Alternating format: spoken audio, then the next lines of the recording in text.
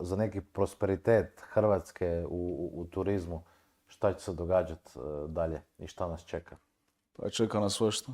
Čeka nas teško razdoblje, prvenstveno iz ovog što se događa sa povećanjem cijena. To je jednu ruku i legitimno i nije.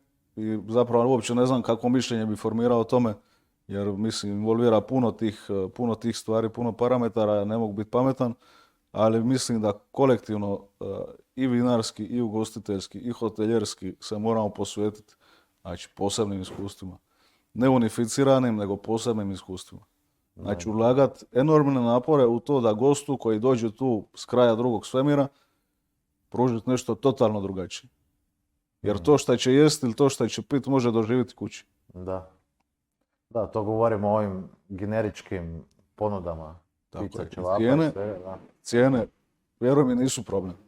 Čovjek, znači ako i plati puno, a dobio je više od nego očekivano, će biti zadovoljan.